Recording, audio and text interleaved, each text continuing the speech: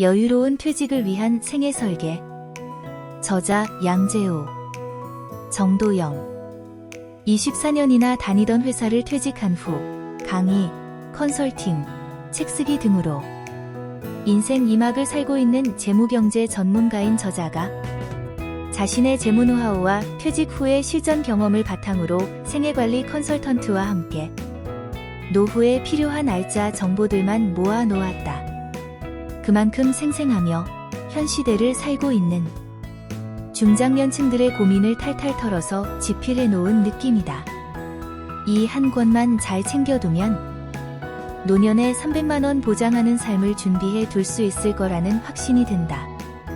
많은 사람들이 인생 2막에 대해 걱정한다. 어떤 일로 노후를 맞이할 것인지, 그리고 100세를 맞아 경제적 문제는 어떻게 해결할 것인지. 사회가 우리에게 뚜렷한 지침을 주지 않고 있으므로 갈피를 잡기 어렵다.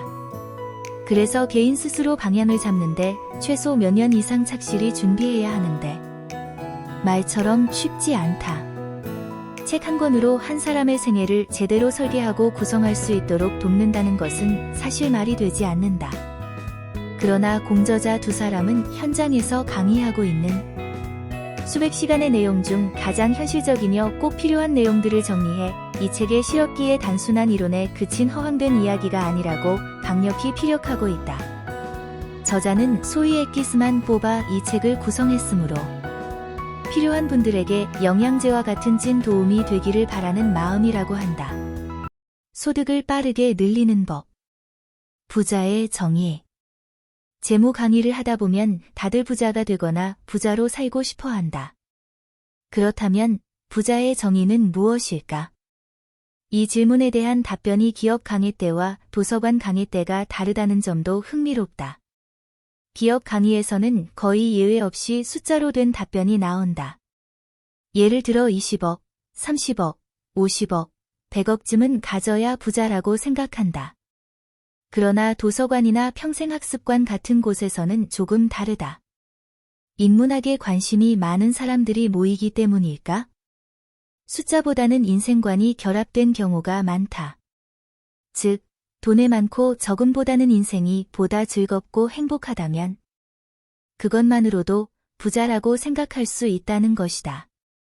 사실 정답은 없다. 그럼에도 자본주의를 살아감의 돈이 가장 중요한 요소 중 하나라는 것은 부인할 수 없다. 돈이 많다고 해서 이에 비례해 행복이 계속 늘어나지는 않지만 그 반대의 경우, 즉 절대적으로 돈이 없으면 행복 또한 신기루처럼 사라지게 된다. 돈이 없어 일상생활을 힘겹게 꾸려가는 사람들이 얼마나 많은가. 돈은 무한한 행복을 가져다 주지 못하지만 얼마든지 우리의 행복을 앗아갈 수 있는 무서운 도깨비 방망이인 것이다. 1억을 가장 빨리 모으는 방법은? 예를 들어 연봉이 5천인 직장인이 가장 빨리 1억을 모으는 방법은? 1번, 종잣돈으로 모아 재테크를 한다. 2번, 열심히 저축만 해도 충분하다. 3번, 매주 로또를 산다. 실제 강의에서 대부분의 사람들이 1번을 선택한다. 첫 해에 열심히 저축해 2천만 원이라는 종잣돈을 만들었다고 가정해보자. 그리고 이 돈을 매년 30%의 수익률로 불리고 그것도 수익에 수익이 붙는 복리로 운영한다고 가정해도 1억 원까지는 약 8년이 걸린다. 수익률을 매년 50%로 늘린다고 해도 정확히 5년 정도가 걸린다. 하지만 딱 4년이면 1억을 만드는 방법이 있다. 정답은 저축만으로도 충분히 가능하다는 것이다. 매년 연봉의 절반인 2,500만 원을 모은다면 딱 4년이면 1억이란 돈을 모을 수 있다. 여기에 6개월을 더 줄여 3년 6개월 만에 1억을 모으는 방법도 있다. 그것은 바로 저축과 투자를 병행하는 것이다. 즉, 매년 연봉의 50%를 저축하고 더불어 그 돈을 약 10% 정도의 수익률로 투자하는 것이다. 소득 자산을 빠르게 늘리고 싶다면 소득은 대개 수입과 비례한다. 하지만 아무리 수입이 많더라도 지출이 크면 소득에는 구멍이 뚫리게 된다. 다음을 기억하자. 소득, 자산은 수입에서 지출은 뺀 것이다. 안타깝게도 대부분의 사람들은 소득을 늘리는 데만 집중하는 경향이 있다. 즉, 일정 종잣돈을 모아 재테크를 통해 수익을 늘리고자 하는 것이다. 하지만 여기에 반드시 한 가지 더 추가되어야 한다. 지출을 통제하고 꾸준히 관리해 줌으로써 낭비 요소를 줄이고 이를 저축해 투자에 보태야 한다. 즉, 자산을 늘리기 위해서는 소득, 자산은 수입에서 지출을 빼고 여기에 투자와 절약을 합치는 것이다. 잊지 말아야 할 것. 매월 지출을 관리해 낭비 요소를 줄이기 위한 절약을 먼저 실천하기. 이를 수입을 통해 만든 종잣돈과 합해 투자금의 규모를 크게 만들 수 있을 때 우리의 자산은 지속적으로 커지게 되며 시간이 지날수록 자산은 굴러가며 커져가는 눈덩이 효과가 적용되어 생각보다 큰 규모로 커지게 된다. 이 세상 가장 확실한 재테크는 절약이다. 절약의 핵심은 함부로 쓰지 않되 꼭 필요한 데서만 쓰는 것이다. 즉 가장 효율적으로 지출하는 것이며 이를 위해서는 먼저 낭비 요소를 제거해야만 한다. 절약의 기본은 낭비 요소를 제거하는 것. 우리 일상에는 어떤 낭비 요소들이 있을까? 자동이체 항목이다. 핸드폰 요금, OTT 서비스, 방송 프로그램, 영화 등 미디어 콘텐츠를 제공하는 서비스와 같은 통신비, 전기와 수도세를 포함한 주택관리비, 각종 모임을 위한 회비, 끊어놓고 잘 안 가는 헬스장 비용 등이다. 절약의 적은 낭비다. 낭비를 줄이는 것만으로도 우리는 불필요한 지출을 줄일 수 있다. 자신의 취미까지 절약할 필요는 없다. 취미가 비싼 뮤지컬 관람이라면 대신 2회이던 것을 1회로 줄이고 나머지는 TV나 영화, 방송 등을 통해 다소 저렴한 비용으로 즐길 수 있는 방법으로 대체한다. 우리가 돈을 모으는 이유는 무엇인가? 결국 그 돈을 사용함으로써 보다 행복하고 즐거운 삶을 추구하기 위한 것임을 잊지 말자. 우리나라 대부분의 사람들은 노후에 대해 걱정한다. 보유한 자산이 규모가 상당함에도 불구하고 노후를 걱정하는 사람은 의외로 많다. 그 이유는 첫째, 노후에 대한 자산을 예측하더라도 그 규모가 적정한 수준인지 판단하기 어렵다.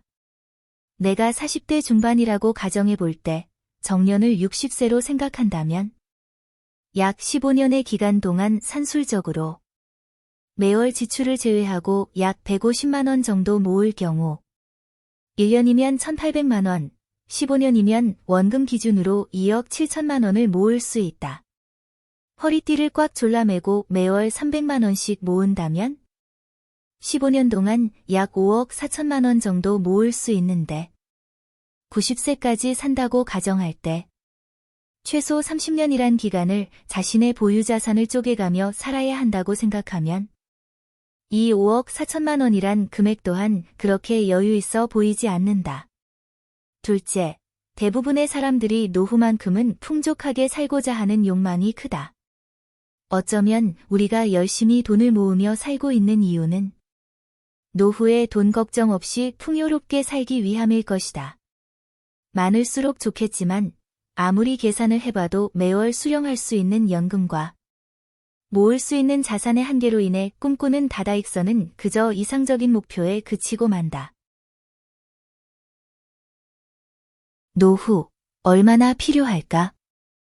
다른 사람들은 노후에 어느 정도의 소득을 원하고 있는지를 살펴보자. 서울경제, 5억은 있어야 노후 준비. 월 생활비 최소 200만 원이라는 2002년 6월 20일자 기사를 보면 평균적으로 사람들이 생각하는 은퇴 후 월 적정 생활비는 약 200에서 300만 원 수준이다. 여기에 노후의 자금으로 약 5억에서 10억 정도를 보유해야 한다고 보았다. 그래도 아직 고개가 갸웃할 것이다. 최경자, 즉 최소한의 경제적 자유를 위한 그 최소한의 금액은 얼마일까? 최경자는 경제적 자유는 누리되 최소한의 금액만으로 돈에 대한 걱정 없이 사는 삶이다. 서울경제 기사에 보면 약 15%의 사람들은 은퇴 후 적정 생활비로 400만 원 이상이 필요하다고 보았다. 최경자가 중요한 이유. 월 400만 원이든 500만 원이든 많으면 많을수록 좋겠지만 우리는 최대한 현실성을 반영하여 그 최소한의 자금을 마련해 두어야 한다. 그래서 최경자의 기준은 낮으면 낮을수록 좋다. 필자의 부부 합산 최경자는 200만 원이다. 물론 펑펑 쓰면서 살 수는 없다. 하지만 일상을 유지하는 것이 가능하며 그 때문에 돈의 구속으로부터 자유로울 수 있다. 최경자의 궁극적인 목표는 부자가 되는 것이 아니다. 죽을 때까지 내가 가진 것만으로도 충분히 경제적 어려움 없이 잘 살다 가는 것이 최경자의 최종 목표이다. 최경자가 달성되면 그 다음부터 돈은 자신의 일상에서 필수가 아닌 옵션이 된다. 최소한이지만 경제적 자유를 이룰 준비가 되었으므로 돈을 더 벌어도 되지만 더 이상 벌지 않아도 되는 것이다. 즉, 돈에 속박되지 않고 돈으로부터 진정한 자유를 누릴 수 있게 된다. 하지만 여기에 인문에 대한 공부를 잊지 말자.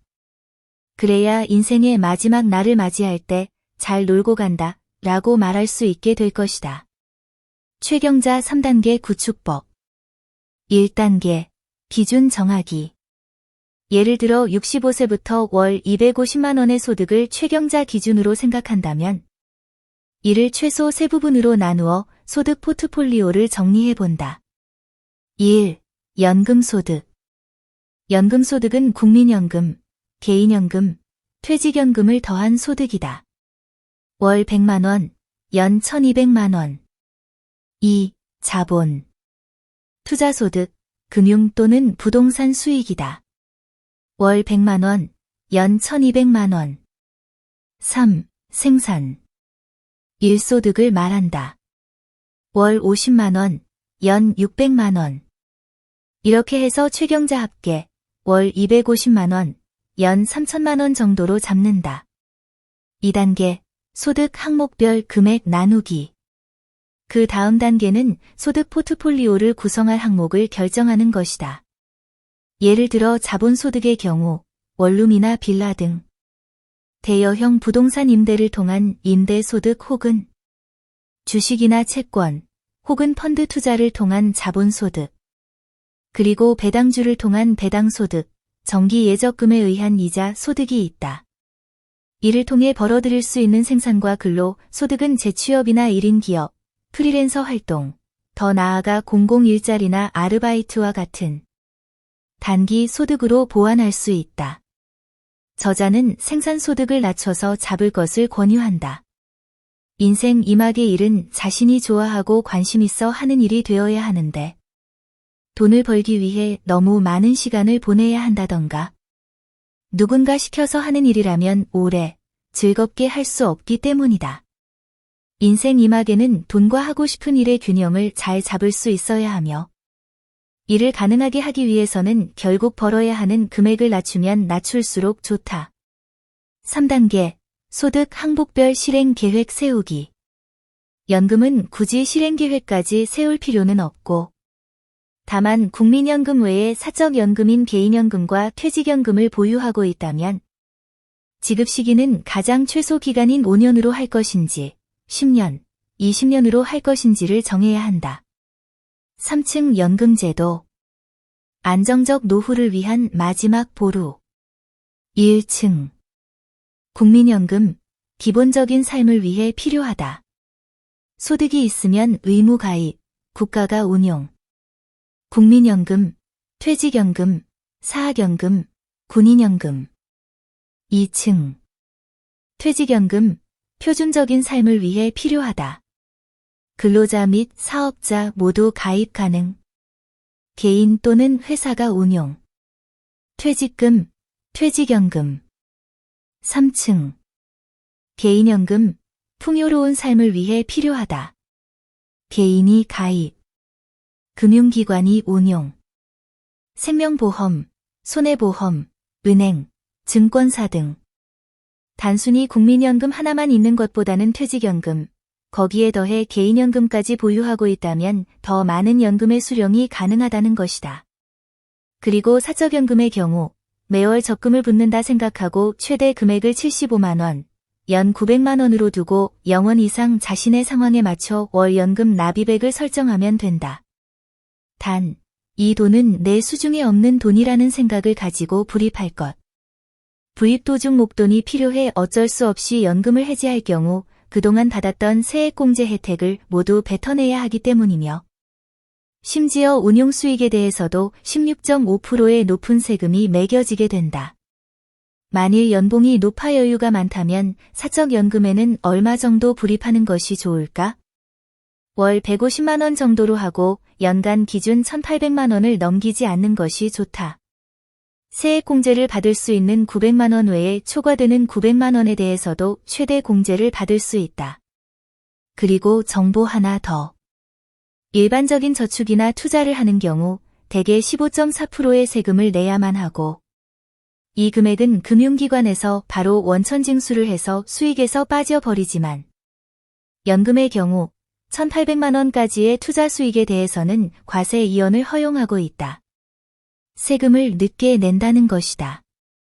그것도 10년 뒤에 낸다면 우리는 세금을 투자에 활용해서 더 많은 추가 수익을 낼 수 있다. 파워투원에서는 우리가 막연하게만 생각했던 부분들, 특히 노후 준비를 위한 여유자금 마련을 어떻게, 얼마만큼 해야 하는지 구체적인 지표를 보여주며 상세히 알려주어서 필요한 자금 규모를 파악하기가 쉬웠습니다. 최경자를 잡아두면 막연하게 매일 허리띠만 졸라매지 않더라도 내가 준비할 수 있는 선에서 여유를 가지고 살 수 있다는 생각이 들어 노후에 대한 불안한 마음이 좀 사라지더군요. 그럼 다음 장에서는 어떤 일을 해야 하는지에 대한 얘기, 내 일로 만드는 생애 설계 프로젝트에 대해 책 리뷰를 하겠습니다. 구독과 좋아요는 영상 제작에 큰 힘이 됩니다.